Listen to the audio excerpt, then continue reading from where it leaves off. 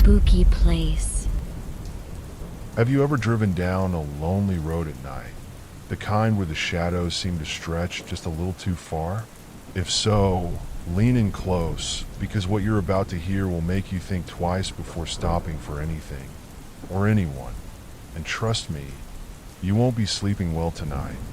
Before we begin, I request you to like the video and subscribe to the channel. On that note, let's begin. Never reach his stop. The truck driver, a grizzled man named Carl, had been on the road for hours, the endless stretch of highway stretching out before him like a ribbon of asphalt under the pale glow of the moon. The radio had long since faded into static, and the only sound was the low hum of the engine and the occasional rush of wind as another vehicle passed by. He was tired, the kind of tired that seeped into your bones, but he pushed on, eager to make it to the next town before dawn. That's when he saw her. A young woman stood on the side of the road, her thumb out, her dark hair whipping in the wind. She wore a simple white dress, the kind that seemed out of place on a deserted highway at night. Carl hesitated for a moment. Picking up hitchhikers wasn't exactly safe, but something about her made him slow down. Maybe it was the way she looked so small and vulnerable under the vast, starless sky. Or maybe it was the way she didn't seem to move, even as his headlights illuminated her pale face. He pulled over, rolling down the window. "Need a ride?" he asked, his voice gruff but not unkind. She nodded silently, her eyes fixed on some distant point beyond the road. Carl unlocked the passenger door, and she slid in without a word. The air in the cab seemed to grow colder as she settled into the seat, her hands folded neatly in her lap. Carl glanced at her, trying to make small talk, but she didn't respond. She just stared out the window, her expression unreadable. The miles stretched on, the silence between them growing heavier. Carl kept glancing at her, trying to figure out what was wrong. She didn't seem dangerous, but there was something off. Her skin was too pale, almost translucent, and her breath didn't fog the cold air like his did. He shook off the unease, telling himself he was just tired, imagining things. When he finally reached the next town, a small, run-down place with flickering street lights and boarded-up windows, he looked over to ask where she wanted to be dropped off. But the seat was empty. Carl slammed on the brakes, his heart pounding. He'd just seen her there, hadn't he? He could still feel the chill of her presence, the weight of her silence. He pulled over to the side of the road, his hands shaking as he turned on the interior light. The seat was empty, but the air still felt cold, and there was a faint scent of damp earth, like freshly turned soil. He stepped out of the truck, his breath coming in short, panicked gasps. The street was deserted, the only sound the distant hum of a neon sign. That's when he saw the old gas station attendant, a hunched figure with a face like cracked leather, shuffling toward him. "You saw her, didn't you?" the old man said, his voice low and gravelly. Carl stared at him, his mind racing. "Oh, the girl? She was just in my truck, but she's been dead for 10 years, the attendant interrupted, his eyes narrowing. "Died right out there on the highway. Car crash. They say she was hitchhiking, trying to get away from something. Or someone." Carl felt a chill run down his spine. "That's impossible. I just saw her. She was real." The old man shook his head. "You're not the first to give her a ride. She shows up every now and then, always on that stretch of road. Some say she's looking for something. Others say she's warning people. But one thing's for sure. If you see her, it's bad luck." Carl's mind was reeling. He wanted to dismiss it as some kind of prank, but the memory of the girl's cold, silent presence was too vivid. He turned back to his truck, determined to get out of there. But as he reached for the door, he noticed something on the passenger seat. A single, muddy footprint. His blood ran cold. He hadn't noticed it before, but now it was unmistakable. A small, delicate print, as if someone had stepped in wet earth and climbed into his truck. He slammed the door shut, his heart pounding, and climbed back into the driver's seat. He didn't care about the old man's warnings or the eerie feeling that clung to him like a second skin. He just wanted to get out of there. As he drove away, the town disappearing in his rearview mirror, he couldn't shake the feeling that he was being watched. The road ahead seemed darker than before, the shadows deeper. He turned on the radio, desperate for some kind of distraction, but all he got was static. And then, faintly, he heard it, a voice, barely audible, whispering through the noise. "Thank you for the ride." Carl's hands tightened on the wheel, his knuckles white. He didn't dare look in the rearview mirror. He just kept driving, faster and faster, until the first light of dawn broke over the horizon. But even as the sun rose, casting its warm glow over the landscape, he couldn't shake the feeling that he wasn't alone. And he wasn't. In the back of his truck, hidden beneath a tarp, the girl sat silently, her pale face expressionless, her dark eyes fixed on the road ahead. She had found what she was looking for, and Carl would never be the same again. Carl drove for hours, the sun climbing higher in the sky, but the warmth of the day did nothing to ease the chill that had settled deep in his bones. His mind raced, replaying the events of the night over and over. The girl, the empty seat, the old man's words. He tried to convince himself it was all in his head, a trick of the light, exhaustion, anything but what it seemed. But the muddy footprint on the seat was real, and so was the voice he'd heard on the radio. By midday, he pulled into a rest stop, desperate for a break. His hands were still shaking as he stepped out of the truck, the sunlight glaring off the asphalt. He needed coffee, food, something to ground him in reality. But as he walked toward the diner, he couldn't shake the feeling that someone, or something, was watching him. Inside, the diner was quiet, the kind of place where time seemed to stand still. A waitress with tired eyes and a name tag that read Marge poured him a cup of coffee without asking. Carl sat in a booth by the window, his back to the wall so he could see the door. He didn't know what he was expecting, but he wasn't taking any chances. "You look like you've seen a ghost," Marge said, setting the coffee down in front of him. Carl forced a laugh, but it came out hollow. Just a long night on the road. Marge studied him for a moment, her eyes narrowing. "You come from the west, past Black Hollow." Carl froze, the coffee cup halfway to his lips. "Yeah, why?" Marge leaned in, her voice dropping to a whisper. "That stretch of road, it's cursed. Folks around here don't talk about it much, but everyone knows. People go missing out there, or they come back, changed." Carl's stomach churned. "Change how?" Marge glanced over her shoulder, as if making sure no one was listening. "They see things, hear things. Some of them swear they're being followed. Others, they just disappear, never seen again." Carl set the coffee cup down, his appetite gone. "There was a girl," he said, his voice barely above a whisper. "She hitchhiked with me, but when I got to town, she was gone. An old man at a gas station said she's been dead for 10 years. Marge's face went pale. "You saw her? The girl in the white dress?" Carl nodded, his throat dry. "You know about her?" Marge hesitated, then slid into the booth across from him. "Her name was Eliza. She was just a kid, barely 18. They say she was running away from something, or someone. She died in a car crash out on that road. But her body, it was never found." Carl's heart skipped a beat. "What do you mean, it was never found?" Marge leaned in closer, her voice trembling. "The car was wrecked, but there was no sign of her.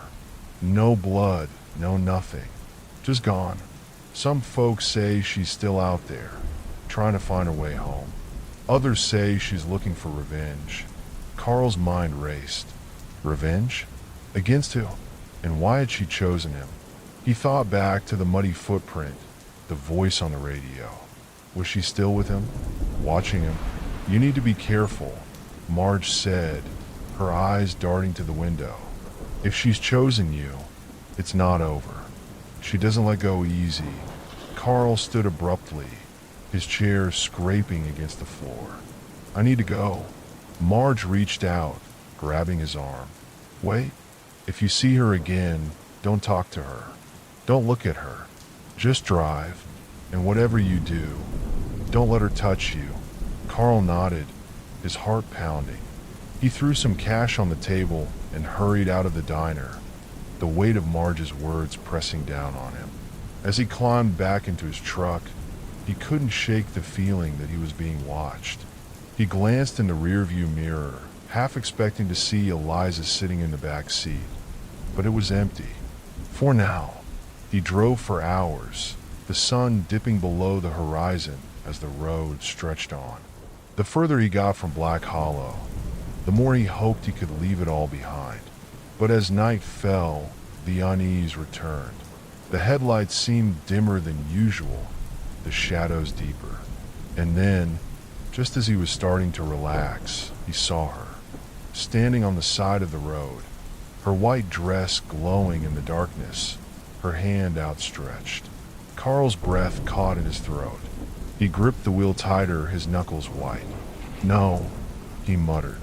No, no, no. He pressed down on the accelerator, the engine roaring as he sped past her. But in the rearview mirror, he saw her turn, her dark eyes locking onto his. And then she was gone. Relief washed over him, but it was short-lived. A few miles down the road, he saw her again and again. Each time, she was closer, her expression more desperate. By the fourth time, she was standing in the middle of the road, her arms outstretched, her mouth moving as if she were screaming. Carl swerved, the tires screeching as he barely missed her. His heart was pounding, his hands slick with sweat. He couldn't keep this up. He had to stop. But where? And what would happen if he did? As he rounded a bend, he saw a faint light in the distance, a small roadside motel. It looked like the kind of place that had seen better days, but it was better than nothing. He pulled into the parking lot, his hands shaking as he turned off the engine. The motel office was dimly lit, the air thick with the smell of mildew.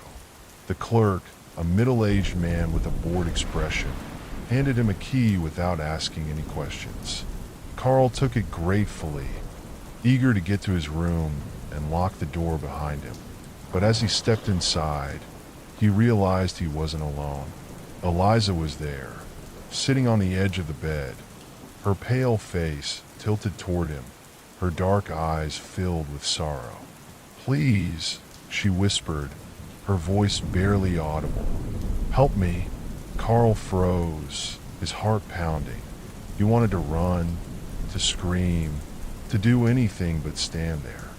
But something in her voice stopped him. It wasn't anger or malice he heard. It was pain. What do you want?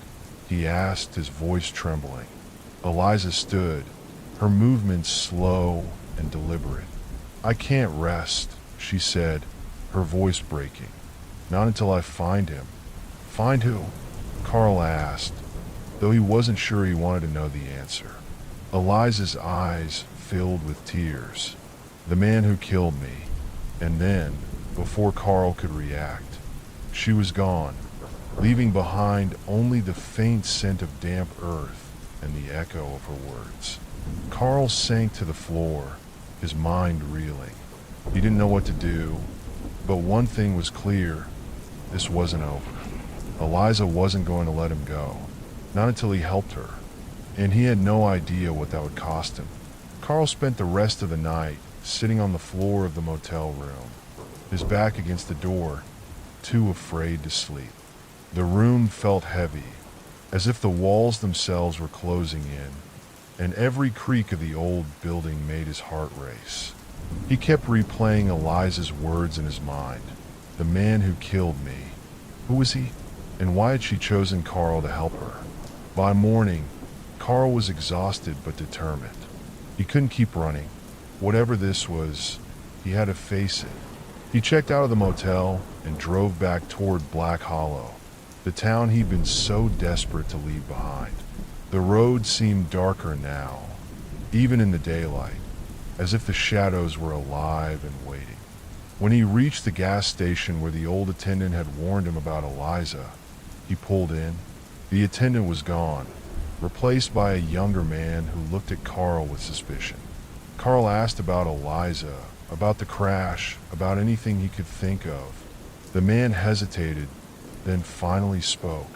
"You're not the first to come asking about her," he said, "but if you're smart, you let it go. Some things are better left buried." Carl wasn't willing to let it go. He drove into Black Hollow, a town that seemed frozen in time. The streets were empty, the buildings weathered and worn.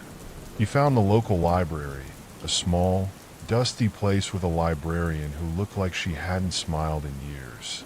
When he asked about Eliza, the librarian's face went pale. "Eliza Marsh," she said, her voice barely above a whisper. "She was a sweet girl. Disappeared 10 years ago. They found her car wrecked on the highway, but they never found her." Carl pressed further, and the librarian reluctantly handed him a yellowed newspaper from a decade ago. The headline read, "Local girl missing after mysterious crash." The article mentioned that Eliza had been last seen arguing with a man at a diner outside of town, a man named Harlan Graves. Carl's blood ran cold. Harlan Graves. The name felt familiar, though he couldn't place it. The librarian wouldn't say more, but she pointed him toward the old Graves family estate on the edge of town. The estate was a crumbling mansion, its windows broken and its gates rusted shut. Carl pushed his way inside, the air thick with dust and decay. He searched room after room, his unease growing with every step. And then, in the basement, he found it. A small, hidden room. Inside were photographs of Eliza, newspaper clippings about her disappearance, and a diary. Carl's hand shook as he opened it. The entries were filled with fear. Fear of Harlan Graves, a man who had been obsessed with her, who had followed her, threatened her. The last entry was dated the night she disappeared. "He's outside. I can hear him. I have to run. I have to get away." Carl's heart ached for her. He didn't know what had happened that night, but he knew one thing. Harlan Graves had killed her.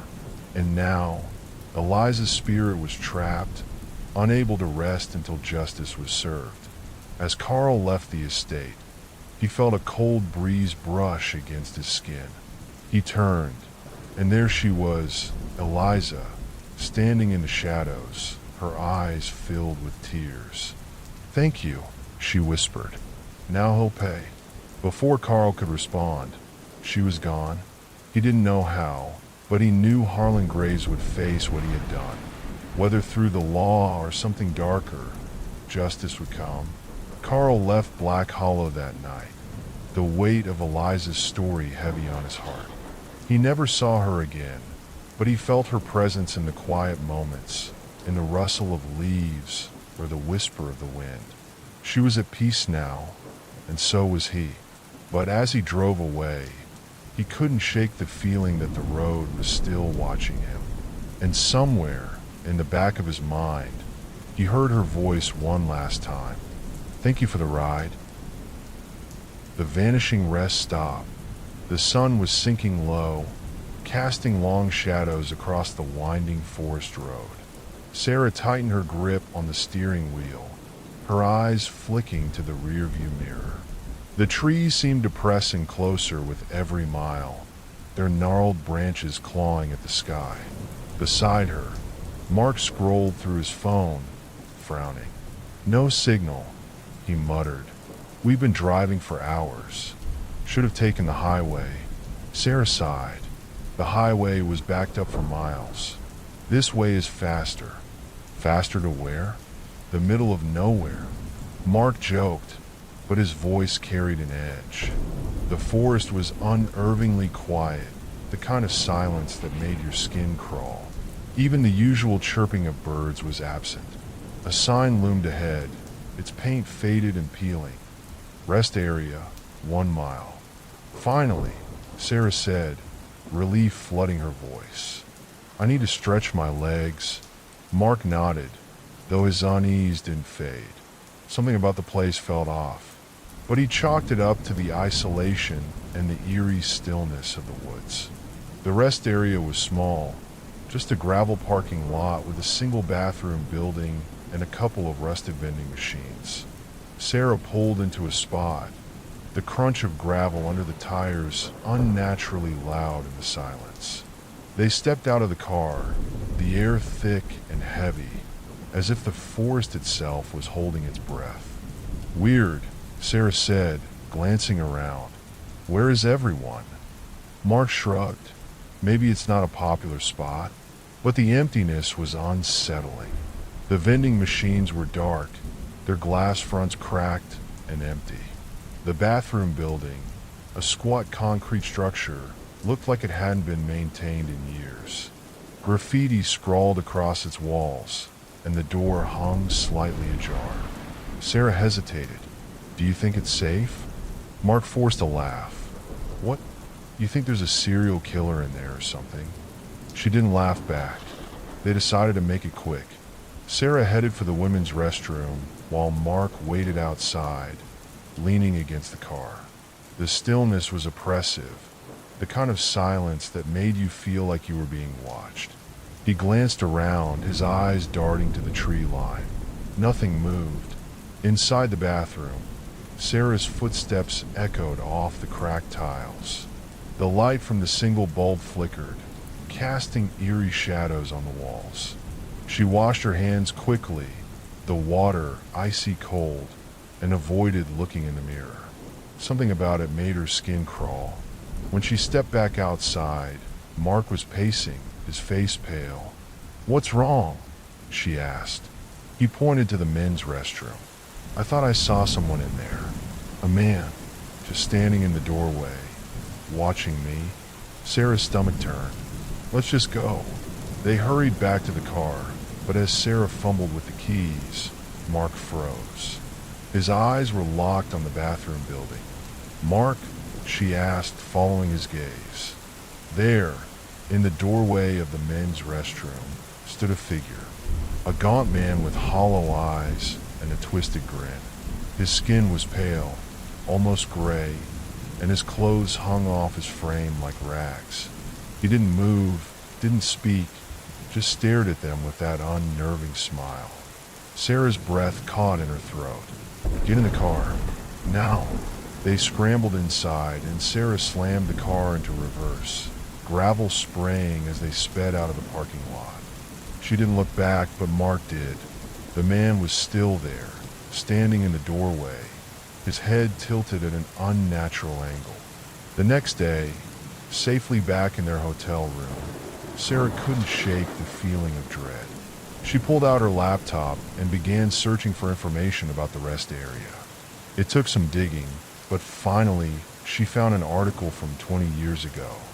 Mysterious disappearances prompt closure of forest rest area, the headline read.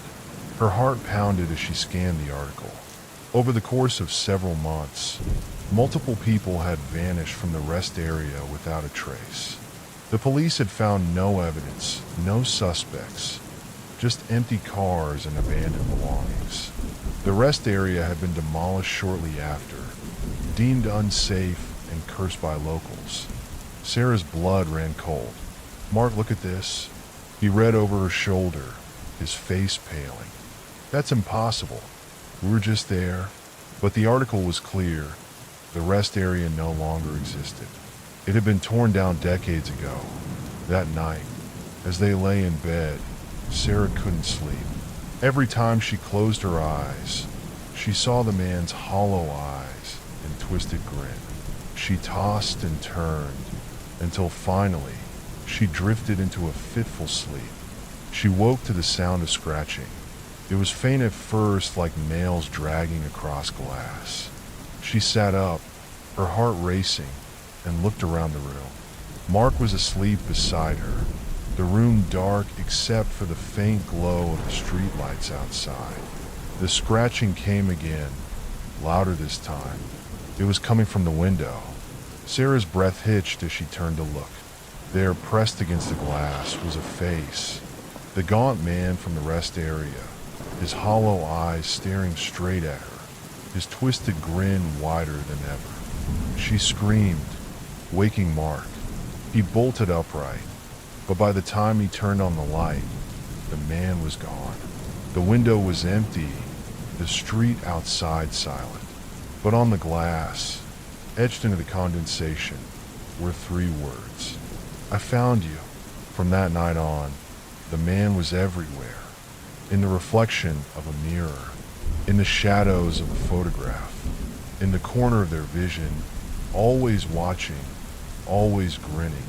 They tried to move on, to forget, but the man followed them, a relentless presence that grew stronger with each passing day. And then, one night, Mark disappeared. Sarah searched for him frantically, but there was no trace. His phone, his wallet, his shoes, all left behind.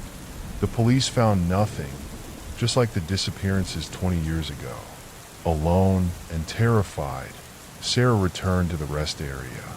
The parking lot was overgrown, the bathroom building a crumbling ruin. But as she stepped out of her car, she saw him, the gaunt man, standing in the doorway, his hollow eyes gleaming with malice. "Why are you doing this?" she screamed, tears streaming down her face. The man didn't answer. He just smiled that twisted grin and stepped back into the shadows. Sarah followed, her fear giving way to desperation. But as she crossed the threshold, the world shifted. The rest area was no longer a ruin. It was as it had been the day they stopped, clean, intact, and eerily silent. And then she saw them, dozens of people, their faces pale and hollow, their eyes empty. They surrounded her, their hands reaching out, their mouths moving in silent screams. The gaunt man stepped forward, his grin widening. "Welcome," he whispered, his voice like rustling leaves. "You're home now." Sarah tried to run, but the hands grabbed her, pulling her deeper into the rest area. The last thing she saw was the man's face, his hollow eyes burning into hers as the world faded to black. Back in the real world, the rest area remains a crumbling ruin, its secrets buried beneath decades of neglect. But if you stop there, if you linger too long, you might see them, the hollow-eyed figures watching from the shadows, their twisted grins promising that you'll never leave. And if you listen closely, you might hear the faint sound of scratching at your window. Sarah's scream echoed through the empty rest area, but no one heard her. No one ever did. The gaunt man's grin widened as the hollow-eyed figures closed in, their cold, skeletal fingers brushing against her skin. She thrashed and fought, but their grip was iron, unyielding. The air grew colder, and the light dimmed, as if the rest area itself was swallowing her whole. When she opened her eyes again, she was no longer in the crumbling bathroom building. She stood in the middle of the parking lot, but it was different now.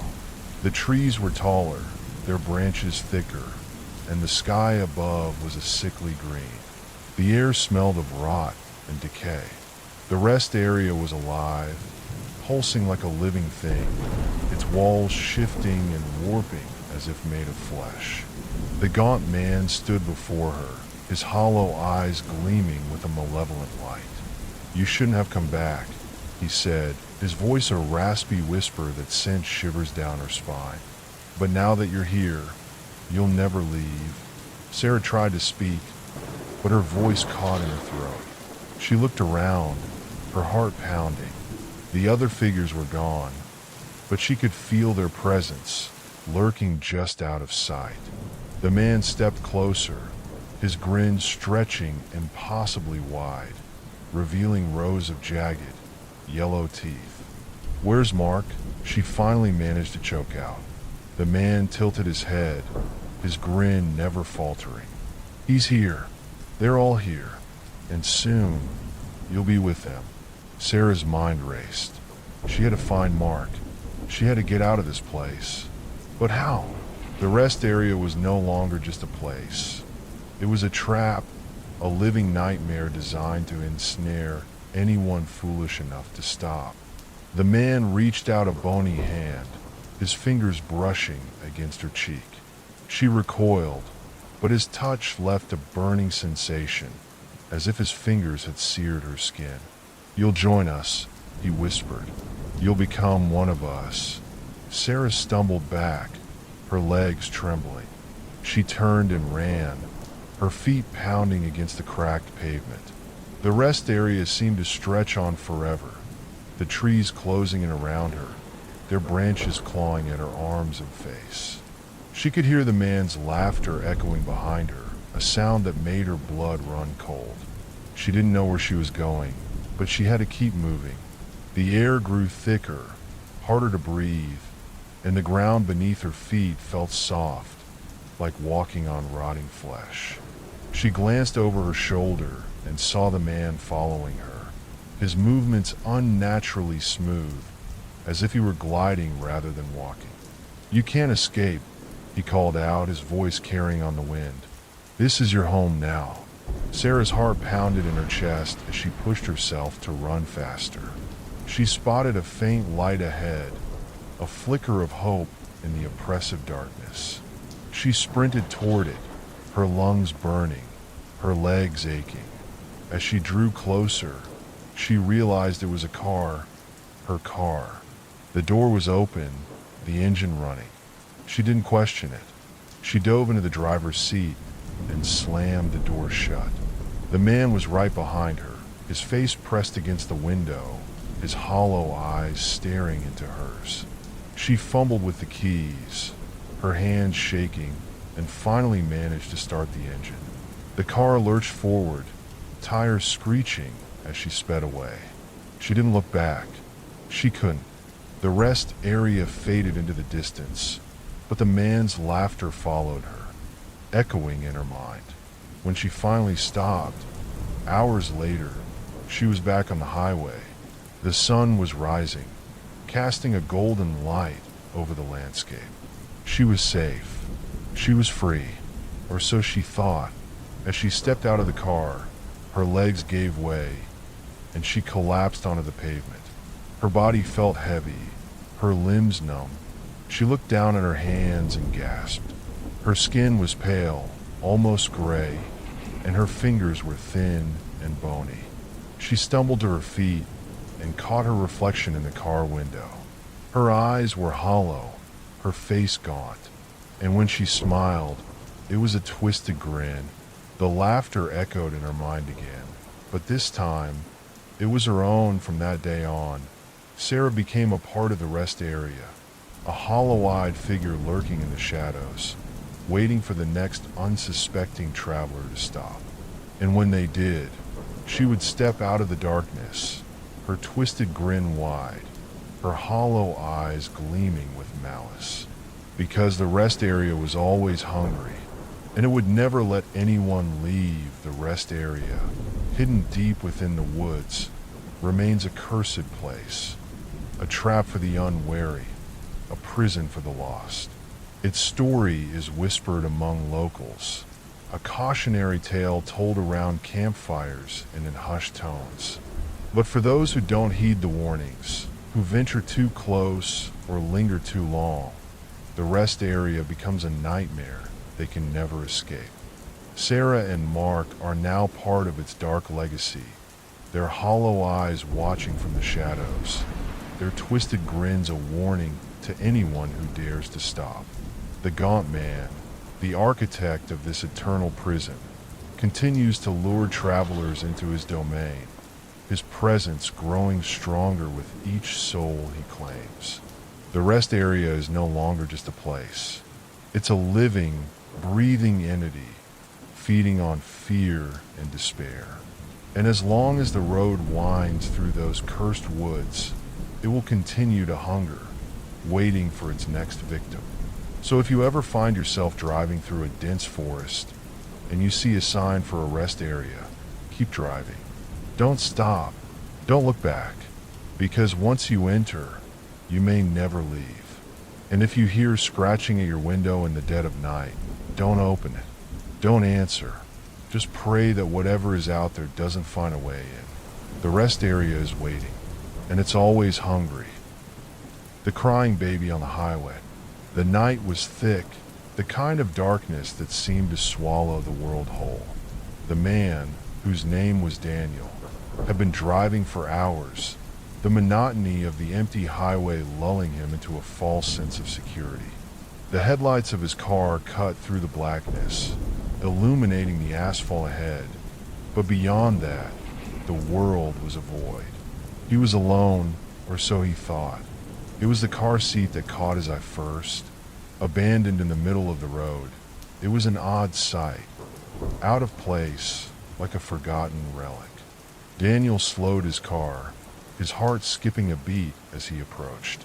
The seat was empty, but as he rolled to a stop, he heard it, a faint, whimpering cry. A baby. His stomach dropped. He glanced around, but the road was deserted, the trees on either side looming like silent sentinels. The crying was soft, almost imperceptible, but it was there. A child, alone in the middle of nowhere. Daniel hesitated. Something fell off, but the sound tugged at him, pulling him out of the safety of his car. He turned off the engine, the silence of the night pressing in around him. The crying stopped the moment he stepped out, as if it had been waiting for him. The air was cold, unnaturally so, and the hairs on the back of his neck stood on end. He approached the car seat cautiously, his footsteps echoing in the stillness. The seat was empty, just as he had seen from the car, but the straps were undone, as if a child had been ripped from it. And then he heard it, rustling in the trees. Daniel froze, his breath catching in his throat. The sound was faint at first, like leaves brushing against each other, but it grew louder, more deliberate. His eyes darted to the shadows, but the darkness was impenetrable. The rustling stopped, replaced by an eerie silence. And then the shadow moved. It was fast, too fast. A blur of darkness darted from the trees, and before Daniel could react, a clawed hand shot out, grasping at him. He stumbled back, his heart pounding in his chest as he caught a glimpse of the thing, a twisted, grotesque figure with eyes that glowed like embers. Its mouth was a jagged slit, and its claws gleamed in the faint light of the moon. Daniel barely managed to dodge the second swipe, his instincts screaming at him to run. He turned and bolted for his car, the creature's guttural growl echoing behind him. He fumbled with the door, his hands shaking as he yanked it open and threw himself inside. The engine roared to life, and he slammed his foot on the gas, the tires screeching as he sped away. He didn't look back. He couldn't. But as he drove, the crying started again, this time from the back seat. Daniel's blood ran cold. His eyes flicked to the rearview mirror, and there it was, the car seat, strapped in securely, the straps now fastened around something small and squirming. The crying grew louder, more desperate, but Daniel knew better than to stop. He gripped the steering wheel tighter, his knuckles white, and kept his eyes on the road. The crying turned to laughter, high-pitched and unnatural. The sound sent chills down his spine, and he could feel the presence behind him, growing stronger, more tangible. The air in the car grew colder, and the laughter became a cacophony of voices, all whispering at once. "You shouldn't have stopped," they hissed. "You shouldn't have looked. Daniel's vision blurred, the road ahead twisting and warping. The trees seemed to close in around him, their branches reaching out like skeletal fingers. He tried to focus, but the voices were overwhelming, drowning out all rational thought. And then the car seat moved. He saw it in the mirror, the straps loosening, the seat tilting forward. Something was crawling out, something small and twisted, its eyes glowing with the same malevolent light as the creature in the woods. Daniel's breath hitched, his hands trembling on the wheel. The thing in the back seat smiled, its jagged teeth glinting in the dim light. "You're ours now," it whispered. Daniel's scream was swallowed by the night as the car veered off the road, plunging into the darkness. The next morning, the car was found abandoned, the engine still running.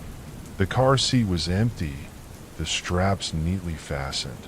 There was no sign of Daniel, but the police noted the claw marks on the driver's side door and the faint sound of crying that seemed to linger in the air, just out of reach. And in the woods, something watched, its glowing eyes following the officers as they searched. It smiled, knowing that the bait had worked once again. The night was its domain, and it was always hungry. The police tape fluttered in the cold morning breeze, a stark contrast to the eerie stillness of the scene. Officers milled around Daniel's abandoned car, their voices hushed, their faces pale. The claw marks on the door were deep, jagged, and unmistakable. No animal could have made them, at least no animal anyone had ever seen. Detective Laura Hayes stood by the car, her arms crossed, her sharp eyes scanning the area. She was a seasoned investigator, but this was something else. The car seat in the back was pristine, as if it had never been touched. Yet, the straps were fastened, and the faint scent of something sour, like decay, lingered in the air. "You hear that?" one of the officers asked, his voice trembling. Laura frowned. "Hear what?" The officer hesitated, his eyes darting to the trees. "It sounds like crying." Laura listened. At first, there was nothing but the rustle of leaves. But then, faint and distant, she heard it, a soft, whimpering cry. It was coming from the woods. Her instinct screamed at her to stay put, to call for backup, but something compelled her to move. She grabbed her flashlight and stepped off the road, the underbrush crunching beneath her boots. The crying grew louder as she ventured deeper into the forest, the trees closing in around her. The air grew colder, and the light from her flashlight seemed to dim, as if the darkness itself was swallowing it. The crying stopped abruptly, replaced by a low, guttural growl. Laura froze, her hand instinctively going to her holster. "Hello," she called, her voice steady despite the fear gnawing at her gut. There was no response, but the growl grew louder, more menacing. She swung her flashlight toward the sound, the beam catching something. A figure, hunched and twisted, its eyes glowing like embers. It was the same creature Daniel had described in his frantic 911 call before the line went dead. Laura's breath hitched, but she didn't hesitate. She drew her gun and fired, the shot echoing through the trees. The creature screeched, a sound that made her blood run cold, and darted into the shadows. She chased after it, her flashlight beam bouncing wildly as she ran. The forest seemed to shift around her, the trees twisting and contorting, their branches reaching out like claws. The creature was fast, impossibly so, but Laura was determined. She had to know what it was, had to stop it before it claimed another victim. And then she saw it, a clearing, bathed in an unnatural light. In the center stood a massive, gnarled tree, its roots twisting into the ground like serpents. Hanging from its branches were car seats, dozens of them, all empty, their straps swaying in the breeze. The creature stood at the base of the tree, its glowing eyes fixed on her. It smiled, its jagged teeth glinting in the dim light. "You shouldn't have followed," it hissed, its voice a cacophony of whispers. Laura raised her gun, but before she could fire, the ground beneath her gave way. She fell, tumbling into darkness, her flashlight slipping from her grasp. She landed hard, the air knocked from her lungs, and looked up to see the creature looming over her. Its claws gleamed as it reached for her, and Laura knew she was out of time. Back at the road, the officers waited, their unease growing with each passing minute. Laura had been gone too long. They called her name, their voices echoing through the trees, but there was no response. And then they heard it, the crying. It was faint at first, but it grew louder, more desperate. It was coming from the woods, from the same direction Laura had gone. One of the officers, a young rookie named Tom, stepped forward. "I'll go after her," he said, his voice trembling. The others hesitated, but before they could stop him, Tom was gone, disappearing into the trees. The crying stopped the moment he entered the forest, replaced by an eerie silence. The officers waited, their hearts pounding, but Tom didn't return. And then, from the darkness, something emerged, a figure, hunched and twisted, its glowing eyes fixed on them. It smiled, its jagged teeth glinting in the dim light. The officers raised their guns, but it was too late. The creature moved faster than they could react, its claws slicing through the air. The night was its domain, and it was always hungry. Days later, another car seat was found abandoned on the side of the road. The crying started soon after, luring another unsuspecting driver to their doom. And in the woods, the creature watched, its glowing eyes following its next victim. It smiled, knowing that the bait had worked once again.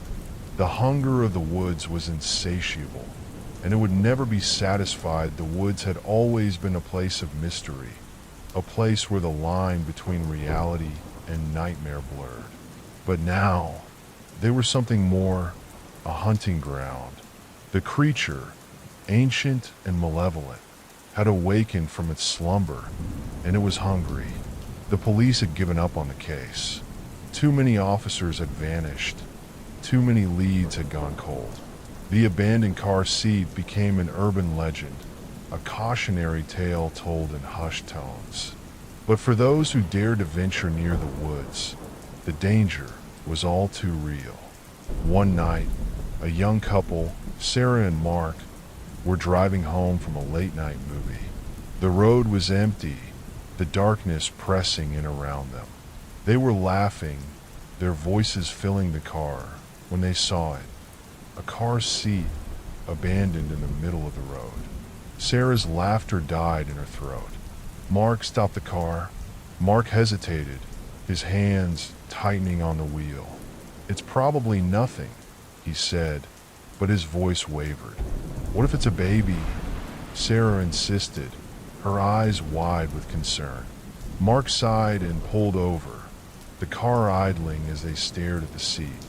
The crying started almost immediately, soft, pitiful whimpers that tugged at Sarah's heartstrings. "We have to check," she said, already unbuckling her seatbelt. Mark grabbed her arm. "Sarah, wait. Something doesn't feel right."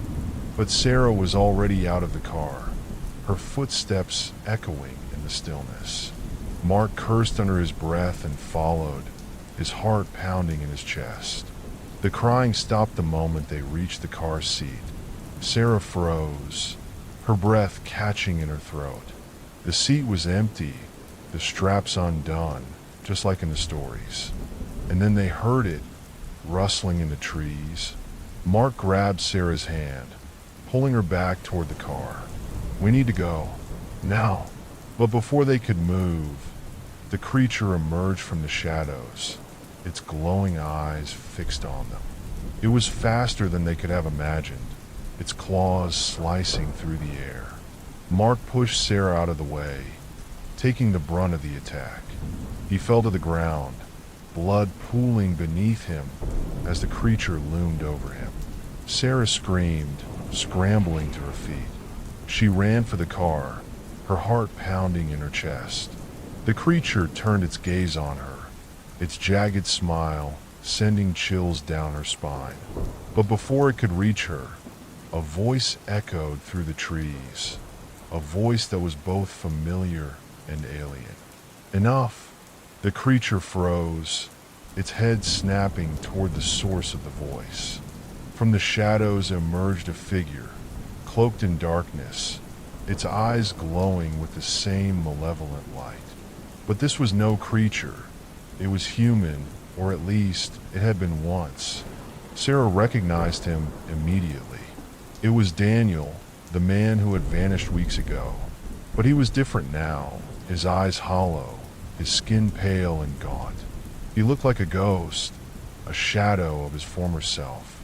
The creature hissed, its claws twitching as it backed away. Daniel stepped forward, his movements unnaturally smooth. "You've had your fun," he said, his voice cold and lifeless. "But she's mine." The creature snarled, but it didn't attack. Instead, it turned and disappeared into the shadows, leaving Sarah alone with Daniel. She stared at him, her heart pounding in her chest. "Daniel, what happened to you?" He smiled, but there was no warmth in it. "I became what it wanted me to be," he said, his voice echoing with 1,000 whispers. "But I'm not like the others. I'm different." Sarah took a step back, her eyes darting to the car. "What do you want?" Daniel's smile widened, his jagged teeth glinting in the dim light. "I want you," he said, his voice a cacophony of whispers.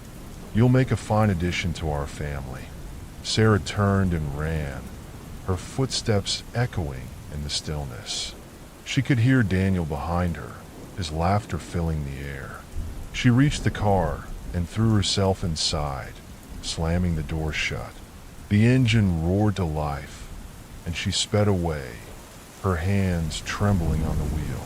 But as she drove, the crying started again, this time from the back seat. Sarah's blood ran cold.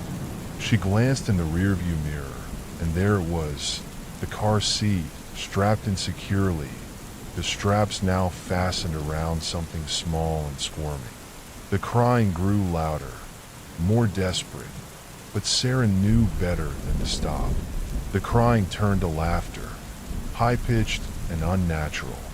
The sound sent chills down her spine, and she could feel the presence behind her, growing stronger, more tangible. The air in the car grew colder, and the laughter became a cacophony of voices, all whispering at once. "You're ours now," they hissed. "You'll never escape." Sarah's vision blurred, the road ahead twisting and warping. The trees seemed to close in around her, their branches reaching out like skeletal fingers. She tried to focus, but the voices were overwhelming, drowning out all rational thought. And then the car seat moved. She saw it in the mirror, the straps loosening, the seat tilting forward. Something was crawling out, something small and twisted, its eyes glowing with the same malevolent light as the creature in the woods. Sarah's breath hitched, her hands trembling on the wheel. The thing in the back seat smiled, its jagged teeth glinting in the dim light. "You're ours now," it whispered. Sarah's scream was swallowed by the night as the car veered off the road, plunging into the darkness. The next morning, the car was found abandoned, the engine still running. The car seat was empty, the straps neatly fastened. There was no sign of Sarah, but the police noted the claw marks on the driver's side door and the faint sound of crying that seemed to linger in the air, just out of reach. And in the woods, something watched, its glowing eyes following the officers as they searched. It smiled, knowing that the bait had worked once again. The night was its domain, and it was always hungry. But now, it wasn't alone. Daniel stood beside it, his hollow eyes fixed on the road. He had become something more, something worse. He was no longer a victim. He was a hunter, and the woods were his hunting ground. The eternal feast had only just begun. The car that follows. The night was thick with an eerie stillness, the kind that made every shadow seem alive. Emily had just left her late shift at the diner, the fluorescent lights of the empty parking lot flickering behind her as she climbed into her car. The engine sputtered to life, and she pulled onto the deserted road, the hum of the tires on asphalt the only sound in the darkness. She was tired, her eyes heavy, but the thought of her warm bed kept her going. That's when she noticed the headlights in her rearview mirror. At first, she thought nothing of it, just another car on the road, probably heading home like her. But then the headlights flashed. Once, twice, 3 times, blinding her momentarily. Her heart skipped a beat. She adjusted the mirror, squinting to see the driver, but the glare was too bright. The car behind her was close, too close, and it was speeding up. Emily's hands tightened on the wheel. She told herself to stay calm. Maybe it was just someone in a hurry. But then the honking started, sharp, aggressive blast that shattered the silence of the night. Her pulse quickened. She pressed down on the accelerator, her car lurching forward. The headlights stayed glued to her tail, the honking relentless. "What do you want?" she muttered under her breath, her voice trembling. She glanced at her phone on the passenger seat. Should she call someone? The police? But what would she say? A car was following her? It sounded ridiculous, even to her. The road ahead was empty, the street lights casting long, skeletal shadows across the asphalt. She took a sharp turn, hoping to lose the car, but it mirrored her every move. Her breath came in shallow gasps now, her mind racing. She couldn't go home, not with this lunatic behind her. She needed somewhere public, somewhere safe. Up ahead, the neon sign of a gas station glowed like a beacon. Relief flooded her as she swerved into the lot, her tires screeching against the pavement. She parked near the entrance, her hands shaking as she fumbled with the seatbelt. The car behind her screeched to a halt, the headlights still blazing. Before she could even think, the driver's door flew open, and a man jumped out. He was tall, his face obscured by the shadows, but his voice was sharp and urgent. "Get out, now!" he screamed, pointing at her back seat. Emily froze, her mind struggling to process what was happening. Who was this man? Why was he yelling at her? Her eyes darted to the back seat, and that's when she saw it. A figure, hunched and cloaked in darkness, rising from the shadows. The glint of a knife flashed in the dim light. Her scream caught in her throat as the figure lunged forward, the blade slicing through the air. She threw herself out of the car, hitting the pavement hard. The man who had been following her grabbed her arm, yanking her to her feet. "Run!" he shouted, shoving her toward the gas station. Emily didn't need to be told twice. She sprinted toward the building, her legs burning, her heart pounding in her ears. Behind her, she heard the sound of a struggle, grunts, the clatter of the knife hitting the ground, the sickening thud of fists meeting flesh. She burst through the door of the gas station, the bell jingling loudly, and collapsed against the counter. "Call the police," she gasped, her voice barely audible. The clerk, a young man with wide eyes, fumbled for the phone. Outside, the fight continued. Emily watched through the window as the stranger who had saved her wrestled with the figure from her back seat. The knife glinted in the neon light, but the stranger was faster, stronger. With a final, brutal punch, the attacker crumpled to the ground, unconscious. The stranger stood there for a moment, breathing heavily, before turning toward the gas station. Emily's breath hitched as he stepped into the light. He was older than she had thought, his face lined with worry and exhaustion. But there was something else in his eyes, something haunted. The police arrived minutes later, their sirens piercing the night. They handcuffed the unconscious man and began questioning Emily and the stranger. As she recounted the night's events, she couldn't shake the feeling that something was off. The man who had saved her seemed familiar, though she couldn't place why. It wasn't until the police asked for his name that everything clicked. "David," he said quietly. "David Carter." Emily's blood ran cold. Carter. That was her mother's maiden name. She stared at him, her mind racing. Her mother had died years ago, but she had always spoken of an older brother who had disappeared when she was a child. A brother named David. You're my uncle," she whispered. David's eyes met hers, filled with a mixture of sorrow and relief. "I've been trying to find you for years," he said, "but he found you first." Emily's stomach churned. "Oh, who is he?" David glanced at the man in handcuffs, his expression darkening. "His name is Marcus. He's your father." The words hit her like a punch to the gut. Her father? Her father had died when she was a baby, or at least, that's what her mother had always told her. But the man in the back seat, the man with the knife, he was her father? "He's been watching you," David continued, his voice low. "For weeks, maybe longer. I didn't know where you were until tonight. I saw him following you, and I had to stop him." Emily's mind reeled. None of this made sense. Why would her father want to hurt her? And why had her mother lied about him? As the police led Marcus away, David placed a hand on her shoulder. "There's more you need to know," he said, "but not here. Not now." Emily nodded, her body numb. The night had taken a turn she could never have imagined, and she knew her life would never be the same. But as she looked into her uncle's eyes, she saw something that gave her a sliver of hope, a promise that, no matter what, she wasn't alone.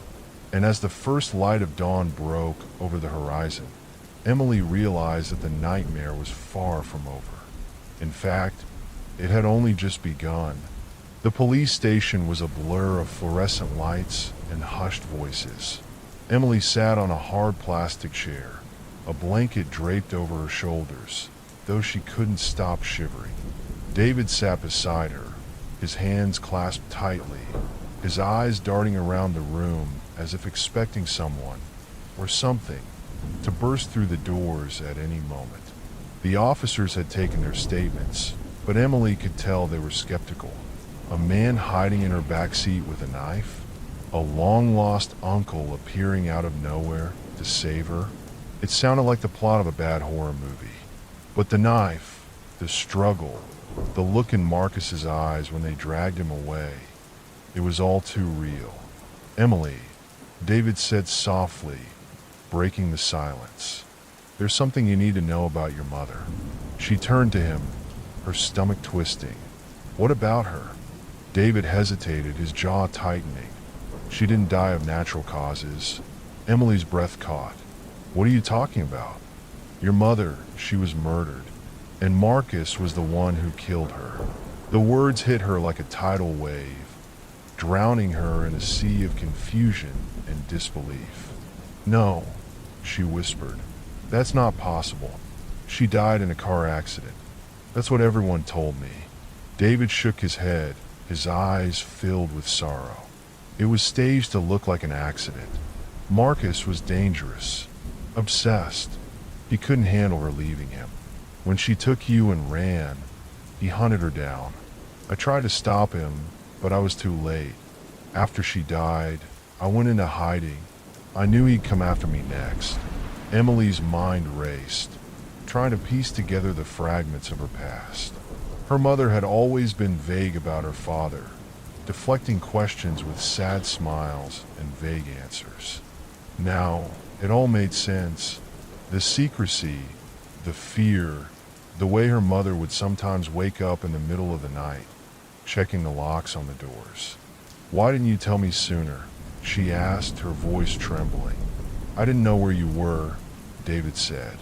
"Your mother changed your names, moved across the country. She wanted to protect you. But Marcus, he's relentless. He must have found you somehow." Emily's chest tightened. "And now he's here. He was in my car. He was going to..." She couldn't finish the sentence. The image of the knife, the figure lunging at her, flashed in her mind. She shuddered, pulling the blanket tighter around her. David placed a hand on her shoulder. "You're safe now. He's in custody. He can't hurt you." But even as he said the words, Emily couldn't shake the feeling that something was wrong. Marcus had been too calm when they arrested him, his eyes cold and calculating. He hadn't fought back, hadn't said a word. It was as if he knew something they didn't. The door to the station burst open, and a uniformed officer rushed in, his face pale. "We need to move him," he said urgently. "Now." "What's going on?" David asked, standing up. The officer hesitated, glancing at Emily before answering. "There's been a breach at the holding cell. Someone let him out." Emily's blood turned to ice. "Marcus?" The officer nodded. "He's gone, and he's armed." Panic surged through her. "How? How did he escape?" "We don't know," the officer admitted. "But we're locking down the station. You need to stay here, where it's safe." But Emily didn't feel safe. Not here, not anywhere. She looked at David, her heart pounding. "What do we do?" David's face was grim. "We run. The chase." The night air was cold as they fled the station, the sound of sirens wailing in the distance. David led her to an old, beat-up truck parked in the shadows. "Get in," he said, his voice tight with urgency. Emily didn't argue. She climbed into the passenger seat, her hands shaking as she fumbled with the seatbelt. David started the engine, the truck roaring to life, and they sped off into the darkness. "Where are we going?" she asked, her voice barely above a whisper. "Somewhere he can't find us," David said, his eyes fixed on the road. "But we need to be careful. He's out there, and he's not alone." Emily's stomach churned. "What do you mean he's not alone?" David hesitated, his grip tightening on the wheel. "Marcus, he's part of something bigger. A group. They call themselves the Watchers. They've been watching you for years, waiting for the right moment to strike." Emily's mind reeled. "Why?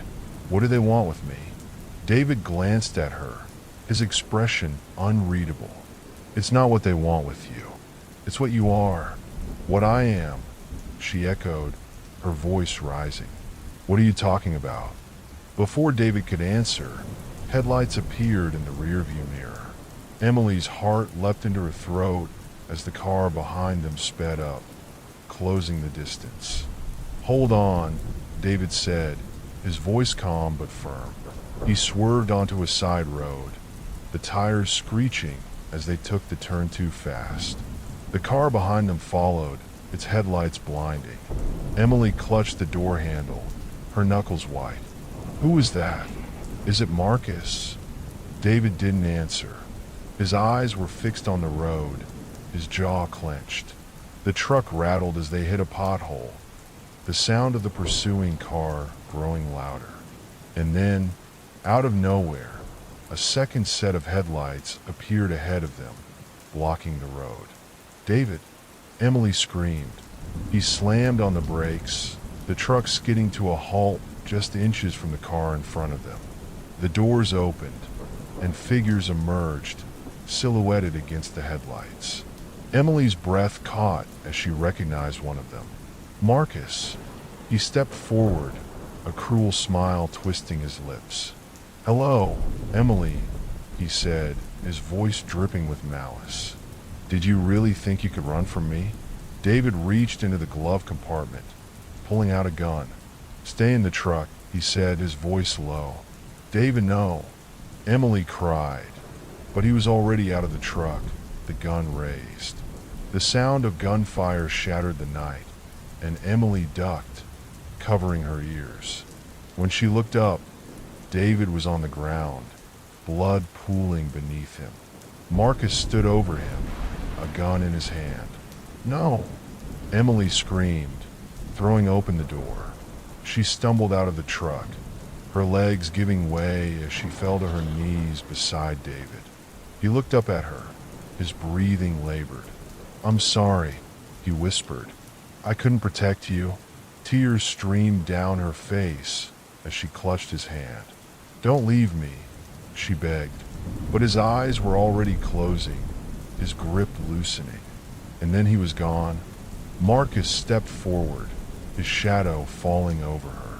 It's time to come home, Emily, he said, his voice cold and unyielding. Emily looked up at him, her heart breaking. You're not my father, she whispered. Marcus's smile widened. No, he said, but I'm the closest thing you've got. And as the darkness closed in around her, Emily realized the truth. The nightmare wasn't over. It had only just begun. The gas station warning. The gas station stood like a forgotten relic in the vast expanse of the desert, its flickering neon sign buzzing faintly against the encroaching darkness. The man, weary from hours of driving, pulled his car up to the pumps. The place was eerily silent, save for the low hum of the fluorescent lights overhead. As he stepped out, the dry, hot air clung to his skin, and the faint scent of gasoline and decay filled his nostrils. The attendant emerged from the shadows of the station, his movements slow and deliberate. He was an old man, his face weathered and lined with age, but it was his eyes that caught the man's attention, wide, unblinking, and filled with a terror that seemed to stretch beyond the confines of the night. The attendant's lips trembled as he leaned in close, his voice a raspy whisper. Leave now. It only comes when the moon is full. The man chuckled nervously, brushing off the old man's warning as the ramblings of a lonely, senile soul. Yeah, sure, he muttered, shaking his head as he filled his tank. The attendant didn't move, his gaze fixed on the horizon where the moon hung low and heavy, its pale light casting long shadows across the barren landscape. As the man drove away, he glanced in his rearview mirror. The attendant was still standing there, his silhouette stark against the dim glow of the station, his arm raised as if in warning. The man shook off the unease and focused on the road ahead. The desert stretched endlessly, the asphalt ribbon of the highway cutting through the emptiness. The man turned on the radio, but all he got was static, the faint crackle of voices that seemed to whisper in a language he couldn't understand. He switched it off, the silence pressing in around him. Then he saw it, a shadow, low and fast, moving alongside his car. At first, he thought it was a coyote or some other desert creature, but as he squinted through the darkness, his blood ran cold. The figure was too large, too wrong. It moved on all fours, its limbs unnaturally long, its body hunched and sinewy, and its eyes glowing, piercing orbs that locked onto him with an intensity that made his heart pound. The man slammed his foot on the accelerator, the engine roaring as the car surged forward. But the creature kept pace, its movements fluid and predatory. He could hear it now, the sound of its claws scraping against the asphalt, the low, guttural growl that seemed to reverberate through the very air. What the hell is that? He shouted, his voice trembling. The creature lunged, its claws raking against the side of the car, the metal screeching in protest. The man swerved, nearly losing control as the creature darted back into the shadows. His hands gripped the steering wheel so tightly his knuckles turned white, his breath coming in ragged gasps. He didn't know how long he drove, the creature appearing and disappearing like a nightmare he couldn't wake from. Finally, he saw lights in the distance. A small town, its buildings huddled together like a lifeline in the darkness. Relief flooded through him as he sped toward it, the creature's growls fading behind him. The town was eerily quiet, the streets empty and the windows dark. He pulled up to a motel, the sign flickering weakly. The man stumbled out of the car, his legs shaking as he made his way to the office. The clerk, a middle-aged woman with hollow eyes, looked up as he entered. "I need a room," he said, his voice hoarse. The woman studied him for a moment, then nodded silently, handing him a key. "Room 13. Don't go outside after dark." The man didn't argue. He took the key and hurried to his room, locking the door behind him. He collapsed onto the bed, his mind racing. What was that thing? And why had the old man at the gas station warned him?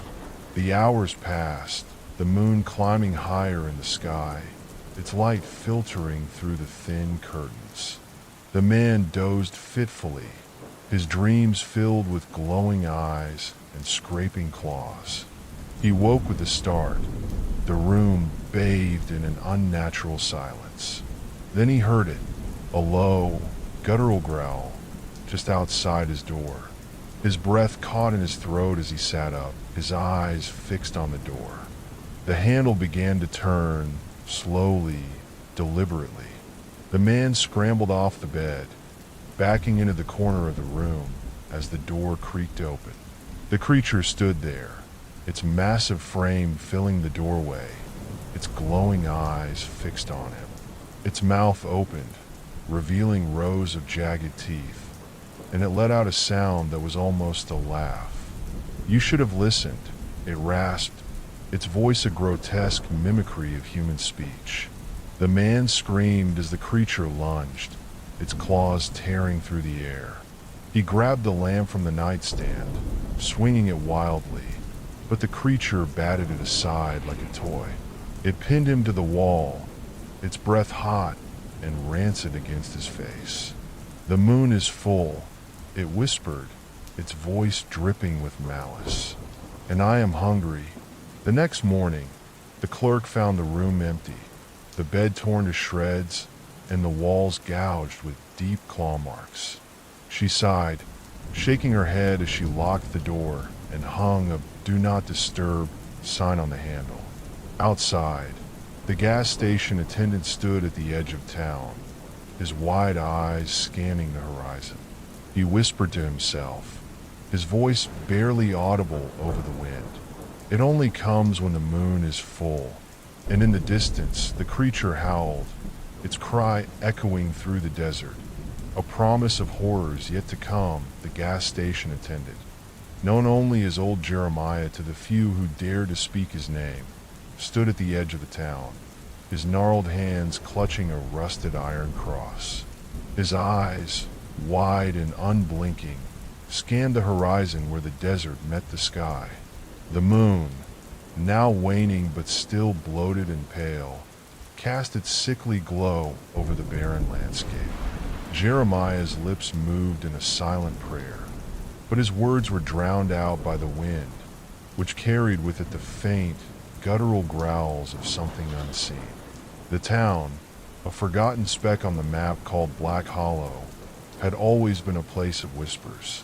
Travelers who passed through rarely stayed long, and those who did often disappeared, their fates chalked up to the harshness of the desert. But Jeremiah knew better. He had seen the creature before, had seen what it could do, and now, with another soul claimed, he felt the weight of his guilt pressing down on him like a stone.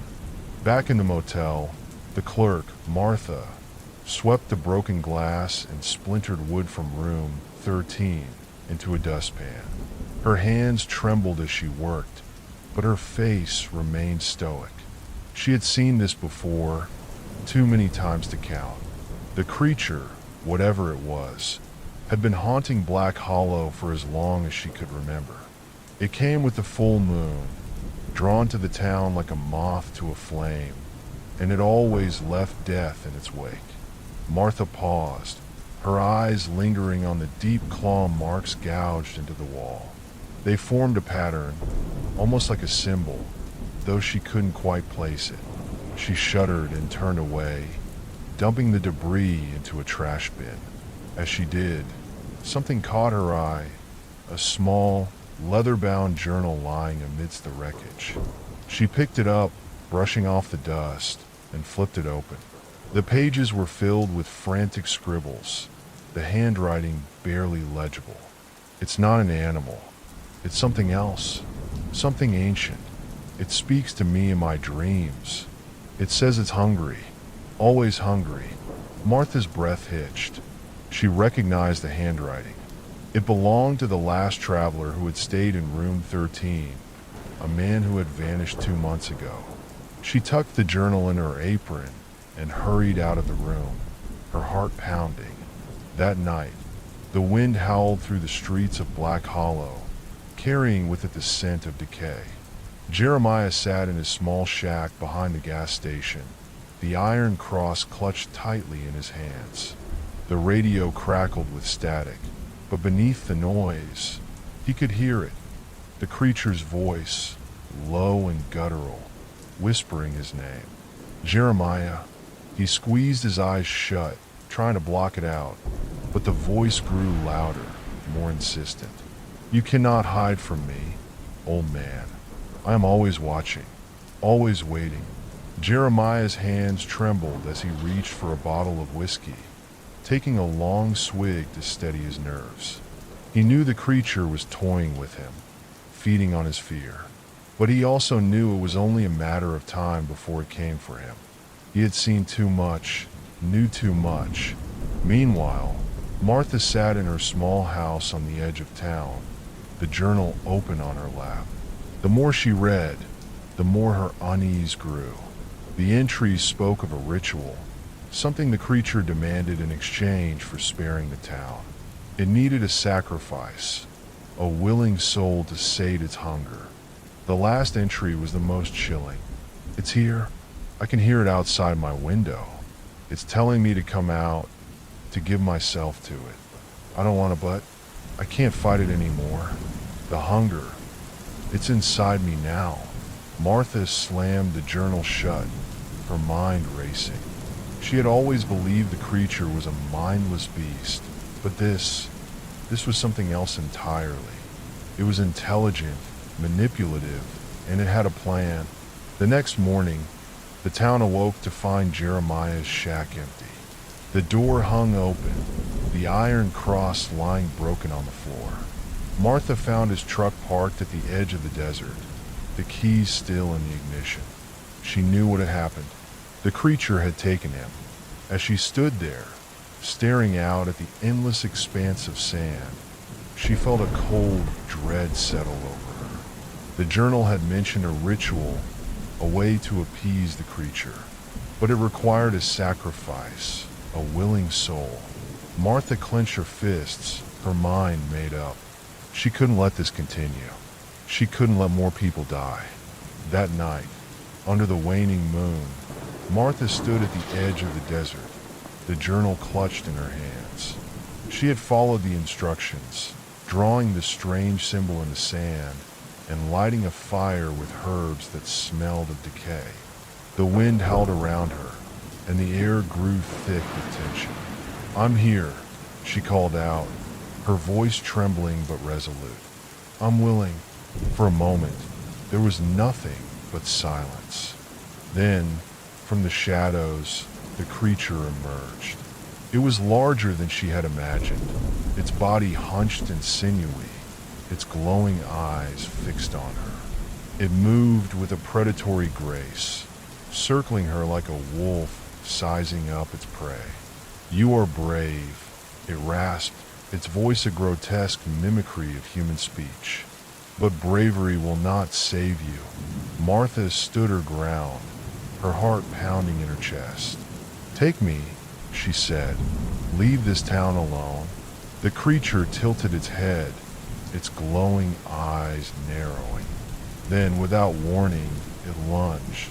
The next morning, the townsfolk found Martha's body at the edge of the desert, her lifeless eyes staring up at the sky.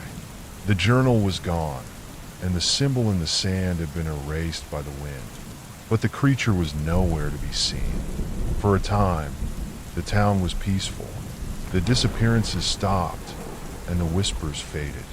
But deep in the desert, beneath the light of the next full moon, a low, guttural growl echoed through the night. The creature was still out there, waiting, watching, and it was still hungry. The peace that settled over Black Hollow was fragile, like a thin sheet of ice over a bottomless lake. The townsfolk, though relieved, couldn't shake the feeling that something was still wrong. The desert, vast and unyielding, seemed to hold its breath, as if waiting for the next chapter of the nightmare to unfold. Martha's sacrifice had bought the town time, but it hadn't broken the cycle. The creature, ancient and cunning, had merely retreated into the shadows, biding its time.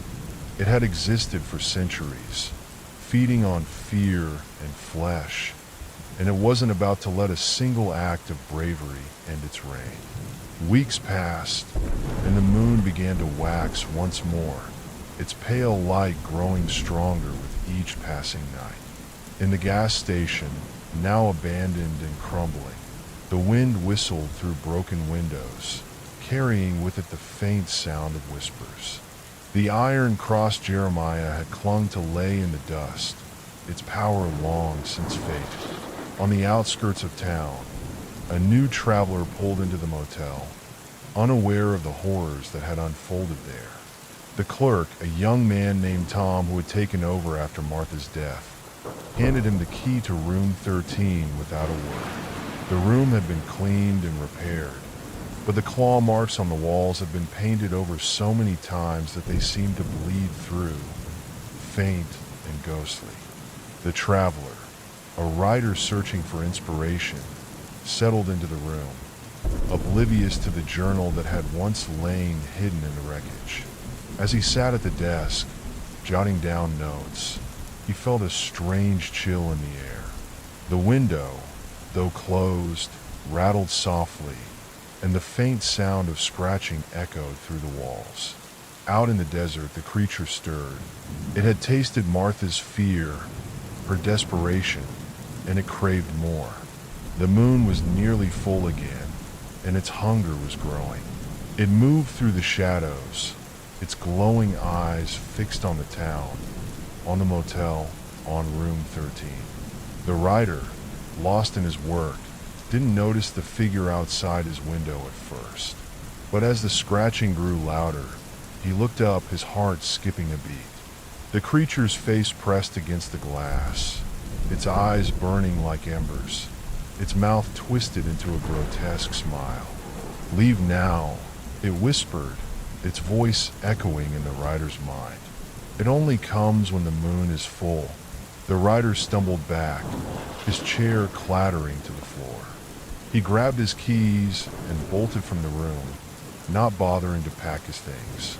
As he sped away from the motel, he glanced in the rearview mirror and saw the creature standing in the middle of the road, its head tilted as if amused. The next morning, Tom found room 13 empty once again. The writer's belongings were scattered across the floor, and the window was shattered, shards of glass glinting in the sunlight. He sighed, locking the door and hanging the "Do Not Disturb" sign on the handle. He knew the creature would be back. It always came back.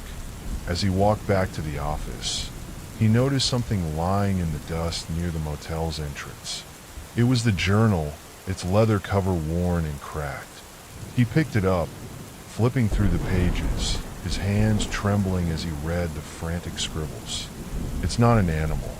It's something else. Something ancient. It speaks to me in my dreams. It says it's hungry. Always hungry." Tom closed the journal, his heart heavy. He knew the cycle would continue. that the creature would keep coming, drawn by the moon and the town's fear. But he also knew that someday someone would have to break the cycle. Someone would have to face the creature and end its reign of terror. Until then, the town would remain trapped in its shadow, waiting for the next full moon and the next victim. And in the desert, beneath the pale light of the waning moon, the creature howled, its cry echoing through the night. It was a sound of triumph, of hunger, and of promise. The cycle would continue. The hunger was eternal. Thank you all for watching. Please like and subscribe for more scary stories.